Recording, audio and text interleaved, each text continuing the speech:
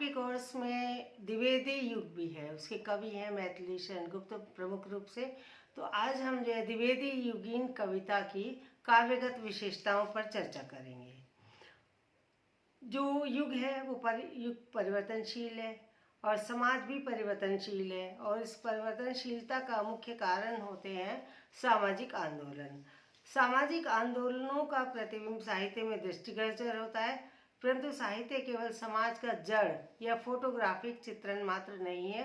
साहित्य में जो है उससे आगे बढ़कर जो होना चाहिए उसका भी चित्रण किया जाता है।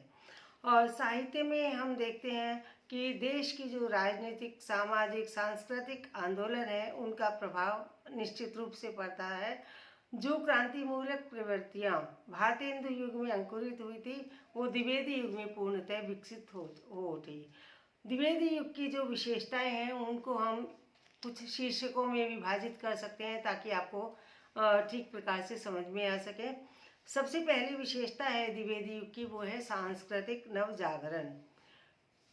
इस युग के कवियों के नामकरण की हम बात करें तो इस युग के मुख्य कवि हैं अयोध्या सिंह उपाध्याय हरिओत, मैथिली शरण गुप्त, रामचरित उपाध्याय, नाथूराम शर्मा शंकर, बद्रीनाथ भट्ट, गया प्रसाद शुक्ल स्नेही, केशव प्रसाद आदि अनेक कवि हुए हैं जिन्होंने सांस्कृतिक उत्थान का मोर्चा संभाला।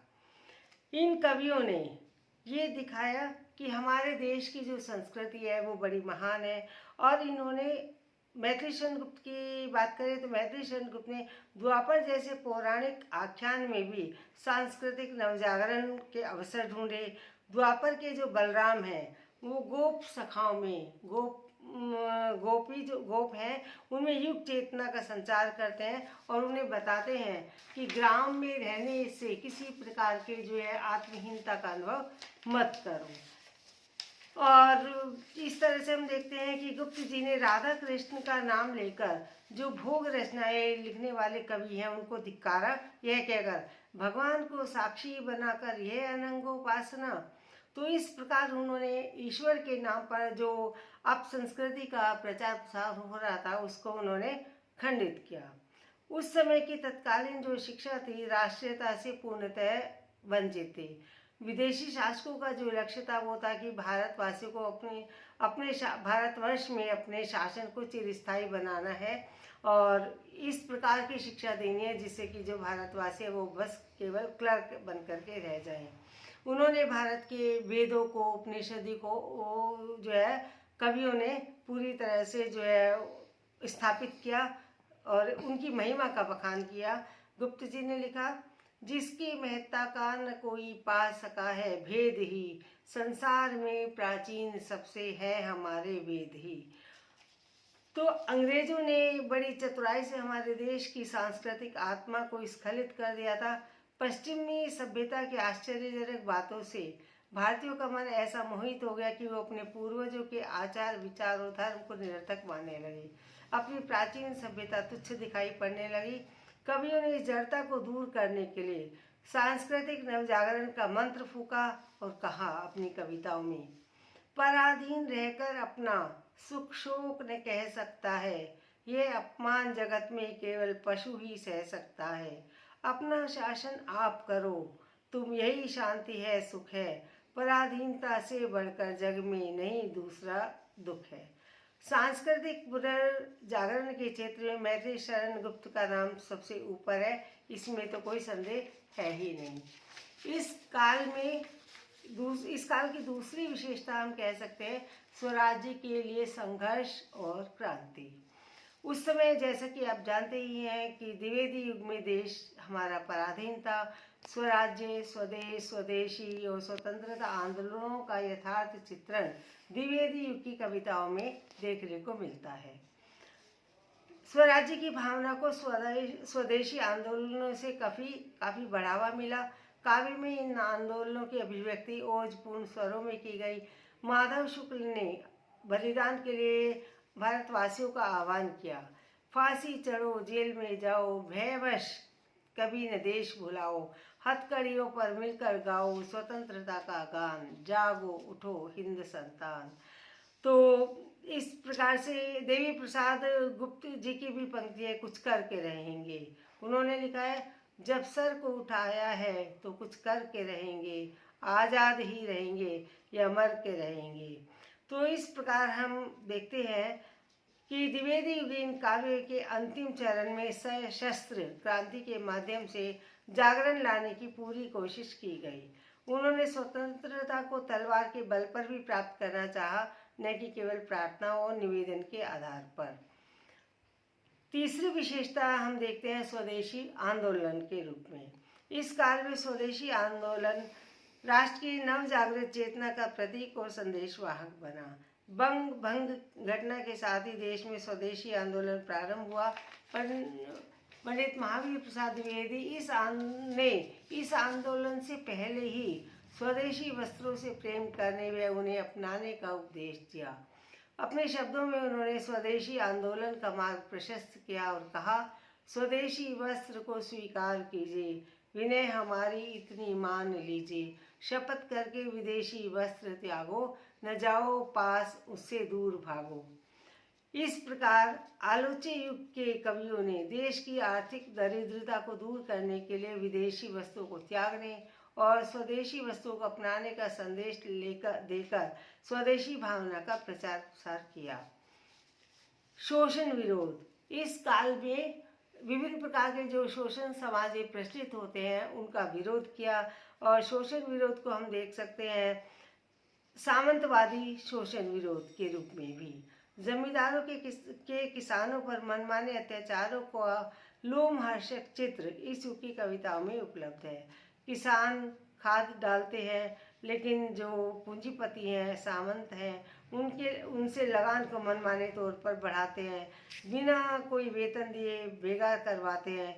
ये इस तरह की बातें उस युग की सामान्य बातें हैं। निम्न पंक्तियों में कृषक का जो असह्य जीवन है उसके प्रति कवि की संवेदना देखने योग्य है।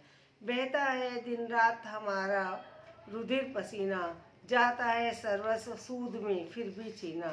इसमें किसान कह रहा है कि हमारा सारा पसीना खेतों में जाता है, लेकिन फिर भी हमसे जो है सारा जो धन है, जो हमें कुछ धन प्राप्त होता है, वो सारा सूद में यानी कि ब्याज में निकल जाता है।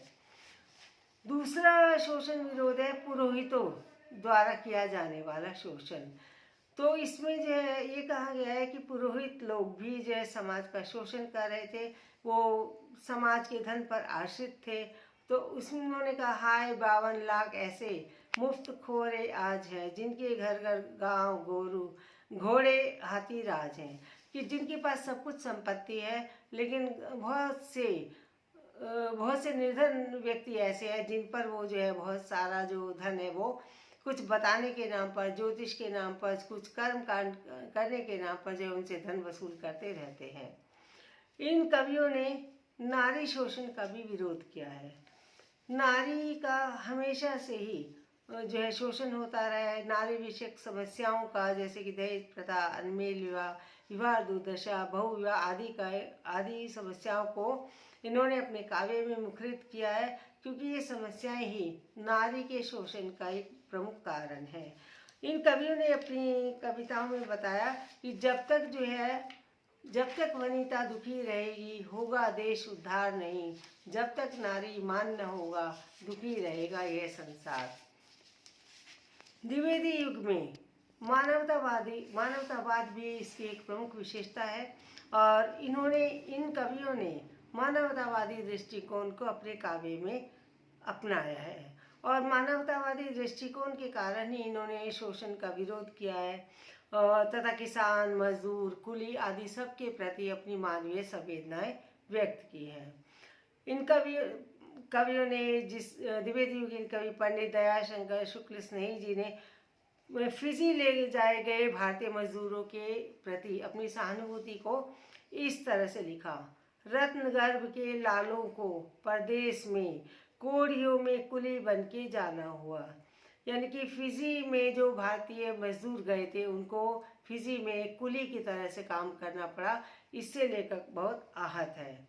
और इस काल की दूसरी अन्य विशेषता है जो अंधविश्वास है, अंधविश्वासों का विरोध किया और प्रगतिशीलता का समर्थन किया कि हज करो या तीरथ जाओ, कहीं नहीं कुछ होता है, क्योंकि अंधविश्वास जो है हमें आगे बढ़ने से रोकते हैं। और रूढ़ियों का विरोध करते हुए कुछ कवियों ने लिखा, प्राचीन हो कि नवीन छोड़ो, रूढ़ियाँ जो हों बुरी, बनकर विवेकी तुम दिखाओ हंस जैसी चातुरी। तो इस प्रकार से उन्होंने एक बहुत ही मानवीय और स्वस्थ दृष्टिकोण जो है अपनाने की सलाह दी। तो अनंत मिश्र ने ठीक ही लिखा है कि द्विवेदी युग के काव्य का महत्व सबसे अधिक इस बात में निहित है कि मध्ययुगीन ईश्वर और धर्म विषय काव्य रूढ़ियों को तोड़कर इसने काव्य प्रवाह को अच्छी तरह से संकेंद्रित कर दिया, जिसका श्री गणेश मात्र भारतेंदु युग ने किया है। एक अन्य विशेषता इस युग की हम देखते हैं बुद्धिवाद और मनोवैज्ञानिक चरित्र चित्रण के रूप में, कि इन कवियों ने छिछली भावुकता के स्थान पर बुद्धिवाद का प्रयोग किया और पात्रों का जो चरित्र चित्रण किया है अपने काव्य में, वो मनोवैज्ञानिक ढंग से किया है। इस बात को हम साकेत में देख सकते हैं कि गुप्त जी ने जो उपेक्षित नारियां हैं या जो कुटिल नारियां समझी जाती हैं जैसे कि कैकई, उन्होंने ऐसा काम क्यों किया, इसके लिए उन्होंने मनोवैज्ञानिक चरित्र चित्रण को अपनाया है। साकेत में कैकई का अनुताप बहुत ही सुंदर रचना है, जिसमें कैकई के पश्चाताप को दिखाया है कि उससे कितनी बड़ी गलती हो गई और किन कारणों से ऐसा हो गया। वो राम से क्षमा याचना करके अपने सारे पापों को धो डालती है और नारी के स्वाभाविक स्वरूप को धारण करती है, और हम भी उसके जो है चरित्र को समझ पाते हैं, उसकी मन स्थिति को समझ पाते हैं कि उसने ऐसा क्यों किया। द्विवेदी युग में कुछ और परिवर्तन हुए भाषा के क्षेत्र में भी हुए, जैसे कि इन्होंने राष्ट्रभाषा के महत्व को स्थापित किया, खड़ी बोली का बहुत अधिक परिष्कार किया और काव्य में केवल खड़ी बोली का प्रयोग करके उसको बहुत अधिक परिष्कृत और समुन्नत रूप प्रदान कर दिया। तो द्विवेदी युग का जो महत्व है वो मुख्य रूप से राष्ट्रभाषा को संवारने के रूप में भी देख सकते हैं हम। बाबू गंगा प्रसाद गुप्त ने हिंदी गीत कविता में हिंदी को राष्ट्रभाषा के रूप में संवारने की प्रेरणा दी ताकि वह सर्वगुण संपन्न बन सके। भारतेंदु और उनके मंडल के कवियों ने खड़ी बोली में कुछ लिखा था, शुरुआत अवश्य की थी, लेकिन इसमें ब्रज भाषा और भोजपुरी के ही शब्दों का मिश्रण नहीं था, बल्कि संज्ञाओं और क्रियाओं में भी अनेक विकृतियाँ आ गई थी। लेकिन द्विवेदी युग में खड़ी बोली का जो विकास हुआ वो हिंदी साहित्य के इतिहास में बिल्कुल चिरस्मरणीय है। द्विवेदी के शुरू में खड़ी बोली थोड़ी सी अनगढ़ थी, शुष्क थी, अस्थिर थी, लेकिन बाद में वो जो खड़ी बोली है उसने अपने उत्कृष्ट रूप को प्राप्त कर लिया। अगर हम कला की बात करें, काव्य कलागत क्रांति की बात करें, तो छंदों की दृष्टि से द्विवेदी युगीन खड़ी बोली के कवियों ने हिंदी के ही नहीं बल्कि संस्कृत और उर्दू के भी अनेक छंदों को प्रयोग किया है। उन्होंने भावानुकूल छंद योजना के वो पक्षपाती थे। इसका प्रभाव यह हुआ कि हिंदी कविता गिने चुने छंदों से बाहर आकर नए नए छंदों में ढलने लगी। काव्य रूप की दृष्टि से महाकाव्य, खंड काव्य, लघु पद्य कथा, मुक्तक, प्रबंध मुक्तक और अनेक प्रकार की काव्य विधाओं में सृजन शुरू हुआ। तो इस प्रकार से 25 वर्षों में ही एक अद्भुत परिवर्तन हो गया। जहाँ पहले मुक्तक लिखे जाते थे केवल, उसके स्थान पर महाकाव्य, गीति काव्य और गीतों से हिंदी साहित्य का जो उपवन है वो सज गया। और अलंकारों के क्षेत्र में भी नयापन लाने के लिए भिन्न भिन्न अलंकारों और नई नई कल्पनाओं को काम में लाया गया। नयापन लाने के लिए द्विवेदी युगीन कवि नए नए विषयों को अपने काव्य में अपनाते रहे और छंद, पदावली, अलंकार आदि का प्रयोग करते रहे। निष्कर्ष ये है कि द्विवेदी युगीन कवियों ने सामाजिक चेतना को सर्वतोमुखी, सशक्त और व्यापक बनाया। शोषण के विरुद्ध आवाज उठाकर उन्होंने अपनी सामाजिक प्रतिबद्धता को स्पष्ट किया। निस्संदेह इस काव्य में राष्ट्र के प्राणों में नवजागृति का मंत्र फूंकने तथा युग युगों तक संदेश देने की शक्ति अंतर्निहित है। बौद्धिक, तार्किक एवं कला के प्रति उद्देश्यपूर्ण दृष्टिकोण द्विवेदी युग की बिल्कुल नई विशेषताएं हैं, काव्य क्षेत्र में खड़ी बोली की पूर्ण प्रतिष्ठा भी द्विवेद युग की क्रांतिदर्शिता को दर्शाती है। Thank you. कल हम बात करेंगे छायावाद पर।